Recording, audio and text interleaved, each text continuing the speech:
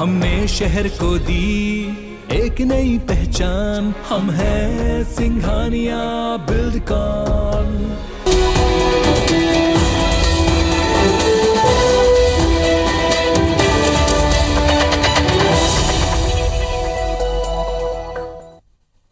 नमस्कार, मैं हूं आकांक्षा और आप देख रहे हैं ABC 24। रात 10 बजे के इस बुलेटिन में आप सभी का स्वागत है। शुरुआत करेंगे इस बुलेटिन की बड़ी खबर के साथ। रायपुर से मिल रही है।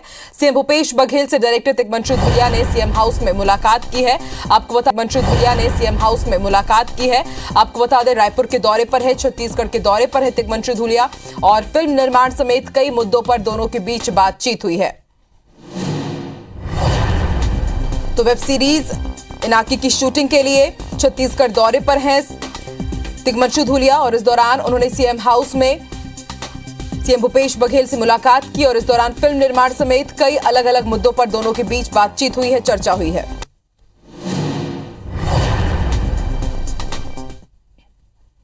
बड़ी खबर आपको रायपुर से बता दें, एम्स को महिला आयोग ने नोटिस भेजा है। 2 मामलों में आयोग की तरफ से नोटिस जारी किया गया है एम्स को। एम्स के डायरेक्टर से जवाब मांगा गया है इस नोटिस के जरिए। आपको बता दें स्टूडेंट साक्षी दुबे के सुसाइड केस में जवाब मांगा है और ये कहा है कि अब कमेटी बना करके महिला आयोग जांच करेगा इस पूरे मामले में। आपको बता दें साक्षी दुबे ने पिछले साल आत्महत्या की थी और महिला डॉक्टर ने भी आरोप लगाया था कि प्रेगनेंसी के दौरान परेशान करने का उन पर आरोप लगा था और अब इस पूरे मामले पर महिला आयोग ने एम्स डायरेक्टर को पत्र लिखा है और नोटिस भेजा है। और ज्यादा जानकारी के लिए बात करेंगे हमारे सहयोगी विनय से। विनय, क्या है पूरा मामला? रायपुर एम्स को महिला आयोग ने नोटिस भेजा है। देखिए, जो नर्सिंग स्टूडेंट है साक्षी दुबे, उसने पिछले साल जुलाई में आत्महत्या की थी और हॉस्टल में ही उसकी जो बॉडी है वो पाई गई थी। लेकिन जो दूसरी जो आरोप है वो डॉक्टरों का, जो महिला डॉक्टर है उन्होंने आरोप काफी पहले लगाया था कि एम्स में उनको बार बार अलग अलग कारणों से परेशान किया था। लेकिन पिछले साल जब कोरोना आया तो उन्हें काफी, जो प्रेग्नेंट थी तो उन्हें परेशान किया गया। इसी की शिकायत उन्होंने महिला में की है। इसके अलावा जो नर्सिंग स्टूडेंट साक्षी दुबे है उसकी जो आत्महत्या मामले में पुलिस को काफी सबूत मिले हैं कि उसे बार बार प्रताड़ित किया था। जो परिजनों ने भी एम्स पे ये आरोप लगाया कि उसे परेशान किया था जिसके कारण उसने आत्महत्या की है। तो इन सभी जो दोनों मामले हैं इन पे आयोग ने काफी गंभीरता से लेते हुए जो एम्स प्रबंधन है उनको नोटिस जारी किया है और इसकी 15 दिन के भीतर में स्पष्ट जांच करके उनको कारण बताने के लिए कहा है। इसके अलावा जो वरिष्ठ डॉक्टर है उनके ऊपर में जिनका आरोप लगा था वो आज जो शिकायत सुनवाई थी आज के दिन में वो वहां उपस्थित नहीं हो पाए थे। तो एसपी को कहा गया है कि अगली जो सुनवाई है उस दौरान ये सुनिश्चित किया जाए कि वो वरिष्ठ डॉक्टर यहाँ पर उपस्थित हो, अन्यथा उनको अगर वो कहीं और बाहर आते हैं तो उनको वो पकड़ करके यहाँ पे लाया जाए। तो गंभीरता है ये मामले की और एम्स प्रबंधन को नोटिस देकर के जवाब देने के कहा गया है। साथ साथ में जो साक्षी दुबे मामले में एम्स खुद से जो आयोग है वो खुद से एक कमेटी बना करके पूरे मामले की जाँच करेगा। शुक्रिया पूरी जानकारी के लिए। बड़ी खबर इंदौर से मिल रही है। युवक ने फांसी लगाकर खुदकुशी की है और संदिग्ध हालत में घर में फंदे पर लटका मिला है उसका शव और परिवार और पड़ोसियों ने पबजी गेम को इसके लिए जिम्मेदार बताया है। उनका कहना है कि ये जो युवक था वो पबजी एडिक्ट था। तुकोगंज थाना क्षेत्र के वल्लभ नगर की घटना बताई जा रही है। तो बड़ी खबर हम आपको बता रहे हैं, युवक ने फांसी लगाकर खुदकुशी की है और जो परिजन है, जो पड़ोसी है, उनका कहना है कि एडिक्ट था वो पबजी गेम को लेकर के। घर में फांसी के फंदे पर बच्चे का शव लटका हुआ मिला। तो तुकोगंज थाना क्षेत्र के वल्लभ नगर की घटना बताई जा रही है।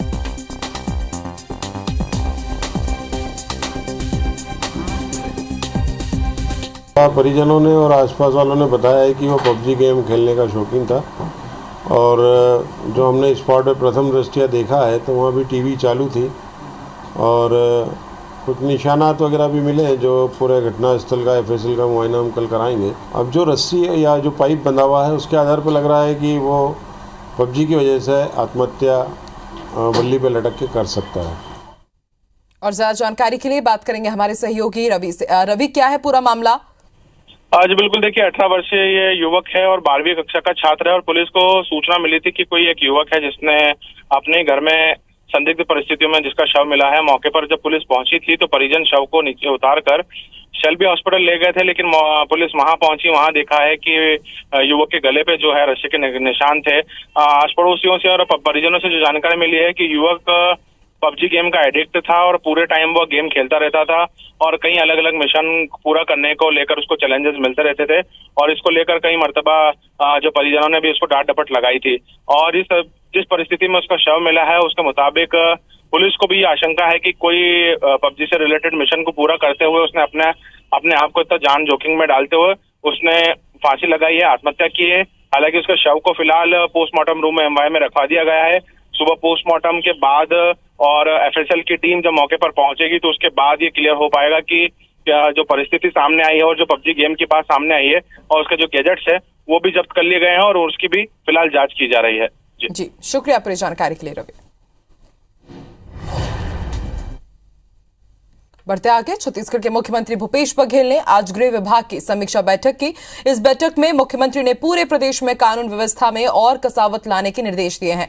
सीएम हाउस में हुए इस बैठक में गृह मंत्री ताम्रध्वज साहू के अलावा गृह विभाग के एडिशनल चीफ सेक्रेटरी, डीजीपी समेत आईजी रैंक के अफसर मौजूद रहे। चिटफंड कंपनियों के मामले, विभागीय पदोन्नति, पटनायक कमेटी और पुलिस भर्ती समेत प्रदेश के अलग अलग जिलों की कानून व्यवस्था पर विस्तार से चर्चा हुई है। बैठक के अंत में सीएम भूपेश बघेल ने गृह विभाग के विकास और सुरक्षा की नीति की तारीफ की और कहा कि इससे प्रदेश में अपराधों में कमी हो रही है, विशेषकर नक्सल प्रभावित क्षेत्रों में। सीएम ने कहा कि केंद्र सरकार की रिपोर्ट में इस बात का उल्लेख किया गया है जो कि हमारे लिए संतोष की बात है। सबसे ज्यादा पूरे देश में एक समय था कि छत्तीसगढ़ में सबसे ज्यादा हमारे जवान शहीद होते थे और आम नागरिक की मौतें होती थी, लेकिन लगातार उस क्षेत्र में काम करने के कारण से हमारी जो नीति है विश्वास, विकास और सुरक्षा, इस नीति से चलते हुए आज उसमें काफ़ी कमी आई है।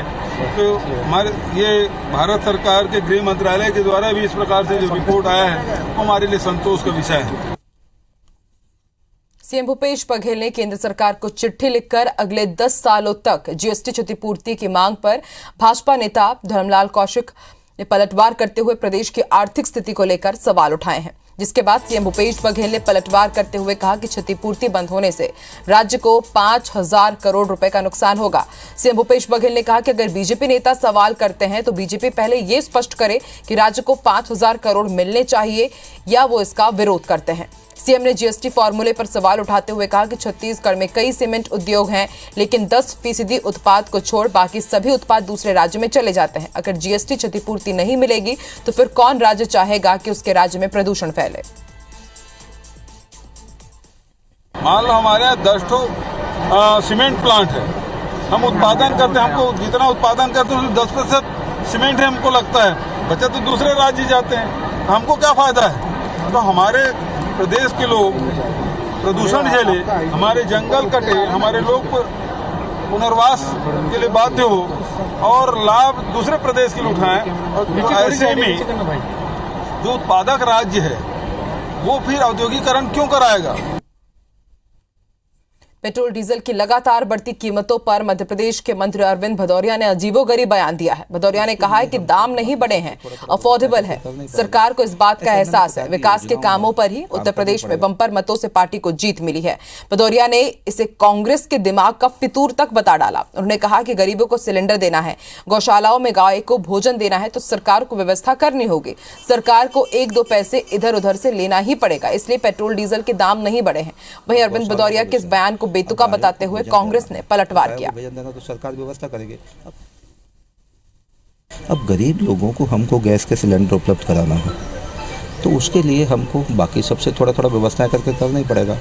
ऐसे अन्य प्रकार की योजनाओं में काम करना ही पड़ेगा। अब गौशालाओं का विषय है, अब गायों को भोजन देना है तो गायों को भोजन देना तो सरकार व्यवस्था करेगी। एक आध पैसे इधर उधर से हम लोगों से लेते लवाते तो वो सब करना ही पड़ेगा। देखिए, मंत्री को मेरे को लगता होश नहीं है।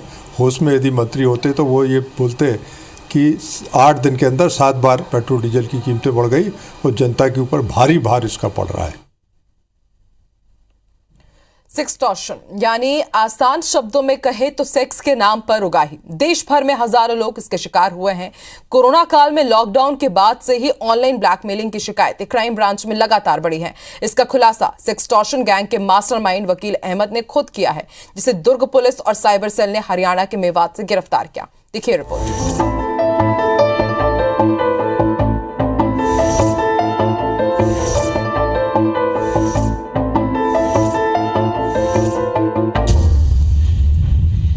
दीपक देवांगन नाम के युवक के सुसाइड की खबर सामने आई। शुरुआती जांच में पुलिस ने इसे एक सुसाइड अटेम्प्ट माना, लेकिन जब तफ्तीश शुरू हुई तो पता चला कि वो ब्लैकमेलिंग से परेशान था।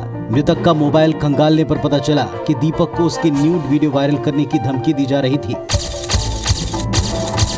आईपी एड्रेस टेस्ट करके साइबर सेल और दुर्ग पुलिस जब उस ठिकाने तक पहुंची तो वहां से सेक्सटॉर्शन गैंग का मास्टरमाइंड वकील अहमद गिरफ्तार किया गया। वकील इंडिया के मोस्ट वांटेड क्रिमिनल लिस्ट में शामिल है। वकील ने बताया कि उसके गैंग ने पूरे देश में 900 से ज्यादा लोगों को सेक्सटॉर्शन के जरिए ब्लैकमेल कर 3 करोड़ से ज्यादा की राशि वसूली है। वीडियो बना के उसको ब्लैकमेल करते थे। वीडियो उसको दूसरे फोन में वीडियो बनाकर उसको वीडियो डालते थे, डिलीट करना अपलोड करना है। बहुत तो बोल देते थे डिलीट कर दो, बहुत बोलते थे अपलोड जो करना करो। हरियाणा के मेवात से गिरफ्तार आरोपी मास्टरमाइंड ने पुलिस को बताया कि कैसे फेक आईडी और वेबसाइट के जरिए वो लोगों को फ्रेंड रिक्वेस्ट भेजा करता था, फिर उनका व्हाट्सएप नंबर लेकर उनसे चैटिंग शुरू होती। धीरे धीरे जब चैटिंग आगे बढ़ती तो फिर अश्लील वीडियो कॉल के जरिए ट्रैप में फंसाया जाता। आरोपी ने ऐसे कई राज खोले जिसे सुनकर पुलिस भी हैरान है। जी हमारे मेवात में और काफी 4-5 गाँव और है सर। 4-5 गाँव में कितने लोग हैं टोटल? वो जी हमारे गांव में 20-25 लोग और गाँव में भी हैं। ये जो मुख्य आरोपी वकील अहमद है ये हरियाणा के नूहा का रहने वाला है और अभी जो साइबर क्राइम लिंक है हमारा ऑनलाइन, उस लिंक के माध्यम से हम लोगों को डिटेल प्राप्त हुआ है कि देश के लगभग 910 लोगों को, देश के भिन्न कोनों से 910 लोगों को इसके द्वारा इस प्रकार से ब्लैकमेल किया गया है। गैंग है, कुछ राजस्थान के ज़िले और कुछ हरियाणा के ज़िले जहां से जनरली अपराधी ऑपरेट करते हैं। कुछ एक प्रकरणों में पुलिस ने इनको पकड़ा भी है और इसको बचने का एक बेसिक तरीका तो ये कि आप किसी अननोन आदमी से आपको चैट ना करें, खासकर वीडियो कॉल तो बिल्कुल भी किसी अननोन आदमी का उठाने की आपको आवश्यकता नहीं है। पिछले दिनों इंदौर में भी सेक्सटॉर्शन गैंग के 6 सदस्यों को विजयनगर पुलिस ने स्कीम नंबर 54 से एक फ्लैट से गिरफ्तार किया था। आरोपी न केवल सेक्सटॉर्शन कर पैसा उगा रहे थे बल्कि अपने दूसरे साथियों को इसकी ट्रेनिंग भी देने लगे थे। ये गैंग नशे की लत का शिकार लोगों के दस्तावेज लेकर सिम इशू करवाते और फिर उनका इस्तेमाल सेक्सटॉर्शन के लिए करते। अब तक ये गैंग कई लोगों को अपना शिकार बना चुका है, लेकिन बदनामी के डर से लोग शिकायत करने के लिए आगे नहीं आ रहे। गरीब लोग होते हैं या नशेलची होते हैं, उनसे कैसे भी करके बहाना करके पैसा थोड़ा सा लालच देके उनसे ले लेते हैं सिम, और फिर सिम में अकाउंट भी ऐसे फर्जी खुलवाते हैं। फेसबुक, इंस्टाग्राम पर या ऐसे बड़े अच्छे पेज बनाकर उस पर अपने एडवर्टाइज डालते हैं और जब लोग इनसे संपर्क करते हैं तो उनसे व्हाट्सएप वीडियो कॉल करने लगते हैं। स्क्रीन पर आपत्तिजनक फ़ोटो दिखाते हुए जो है कर लेते हैं और आपकी फ़ोटो कैप्चर कर लेते हैं और ये दिखाते हैं कि आप जो है इसमें किसी तरीके से पार्टी थे और आपसे पैसे मांगे जाते हैं। तो किसी भी अननोन वीडियो कॉल को कृपया करके ना उठाएं और अपनी डिटेल्स को जो है ऑनलाइन शेयर कम से कम करें। एक रिपोर्ट के मुताबिक कुछ सालों में सेक्सटॉर्शन की घटनाएं 2 गुनी से ज्यादा बढ़ गई हैं। सेक्सटॉर्शन में भारत दुनिया के टॉप 10 देशों में शामिल है। साइबर एक्सपर्ट कहते हैं इस तरह के फ्रॉड में महिला और पुरुष दोनों शामिल हो सकते हैं। कभी कभी एक आरोपी एक व्यक्ति ना होकर पूरी गैंग हो सकता है। इनका शिकार बच्चों से लेकर 60 साल तक के उम्रदराज लोग भी हो सकते हैं। आप जितना डरेंगे उतना ही आपको डराया जाएगा, इसलिए ब्लैकमेल करने वालों से डरे नहीं, फौरन पुलिस को खबर दें। भिलाई से मनिंद्र पटेल के साथ रवि हेमराज सिसोदिया, IBC 24 इंदौर। देखते हैं अब तक की बिग न्यूज।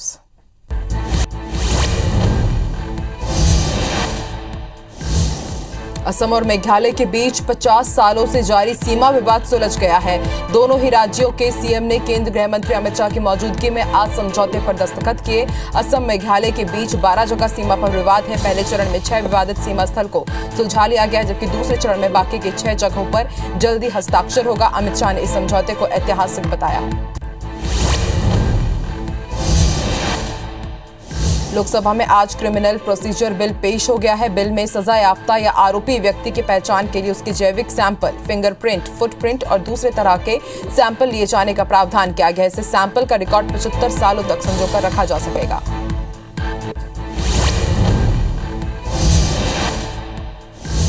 देश में पेट्रोल और डीजल की कीमतों में लगातार इजाफा हो रहा है, जिनके विरोध में कांग्रेस भी उतर आई है। दिल्ली में भारतीय युवा कांग्रेस ने पेट्रोल डीजल के बढ़ते दामों को लेकर केंद्र सरकार के खिलाफ विरोध प्रदर्शन किया।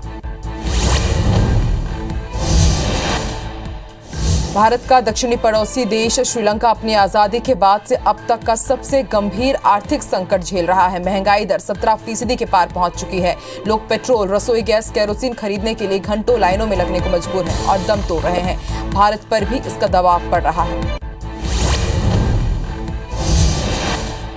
भारत के केंद्रीय मंत्री पीयूष गोयल दुबई दौरे पर हैं। आज केंद्रीय मंत्री पीयूष गोयल ने दुबई के गोल्ड सुक में इंडियन ज्वेलरी एक्सपोजिशन कार्यालय का उद्घाटन किया। इससे भारतीय ज्वेलरी बाजार को विदेशों में भी बढ़ावा मिलेगा।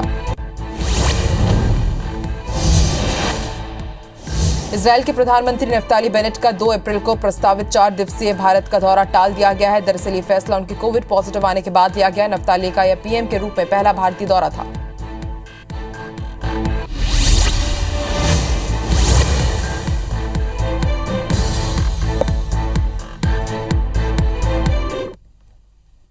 आइए देखते हैं कुछ दूसरी खबरें। बात करेंगे सरगुजा की। सरगुजा के लखनपुर सामुदायिक स्वास्थ्य केंद्र में शव वाहन न मिलने पर परिजन ने 7 साल की बच्ची के शव को कंधे पर रखकर ले गए। इस मामले में अब राजनीति भी शुरू हो गई है। बीजेपी ने मामले में दोषी अधिकारी कर्मचारियों के खिलाफ कार्रवाई की मांग की है। बीजेपी ने चेतावनी दी है कि अगर मामले में कार्रवाई नहीं हुई तो वो उग्र आंदोलन करेगी। बीजेपी सरगुजा प्रभारी ज्योतिनंद दुबे समेत अन्य पदाधिकारी पीड़ित परिवार के घर पहुंचे, उनसे मुलाकात कर 10,000 रुपए की आर्थिक सहायता दी। ज्योतिनंद दुबे ने मामले में गंभीरता से लेने की भी अपील की है। और जिस प्रदेश में स्वास्थ्य मंत्री जी के क्षेत्र में और अस्पताल का यह दुर्दशा हो, तो आप कल्पना करिए कि छत्तीसगढ़ में स्वास्थ्य का सुविधा किस ओर जा रहा है। प्रदेश सरकार से मांग करूंगा भारतीय जनता पार्टी की ओर से कि लखनपुर की इस घटना को और जांच करना चाहिए। IBC 24 पर अमानक बर्फ की खबर दिखाए जाने के बाद ग्वालियर जिला प्रशासन हरकत में आ गया है। कलेक्टर कौशलेंद्र विक्रम सिंह के आदेश पर जिले की बर्फ फैक्ट्रियों पर कार्रवाई की जा रही है। प्रशासन ने 2 बर्फ फैक्ट्रियों पर छापे की कार्रवाई कर सैंपल की कार्रवाई का जायजा लिया। संवाददाता नासिर गौरी ने। IBC 24 की खबर का असर हुआ है, जिसके बाद जिला प्रशासन सख्ती में आया है और उन्होंने जितनी भी ग्वालियर शहर की यानी कि जिले की जितनी भी बर्फ फैक्ट्री है वहां पर रेड की है। और आप देख सकते हैं ये हजीरे पे ये फैक्ट्री है, वहां पर रेड की गई है और सैंपलिंग की कार्रवाई है वो खाद्य विभाग के द्वारा की जा रही है। क्योंकि जिस तरह से बताया जा रहा था कि शहर में अमानक बर्फ का उपयोग किया जा रहा है जो कि जहरीली है, उसी को लेकर ये कार्रवाई की जा रही है। राजेश जी, किस तरह की कार्रवाई की गई है? अभी क्या इनके यहाँ अभी लाइसेंस है फूड का जो आपने निकलवाया है और ये बर्फ बना रहे हैं, इसका सैंपल ले रहे हैं जांच के लिए, जो जांच के लिए भोपाल भेजा जाएगा। कैसे बनाते हैं आप बर्फ? जी बर्फ जी तो पानी भर देते हैं, मशीन के द्वारा बनती है जी। कहाँ से पानी यूज करते हैं? ये RO का पानी है। RO का ही पानी है? पक्का? पक्का।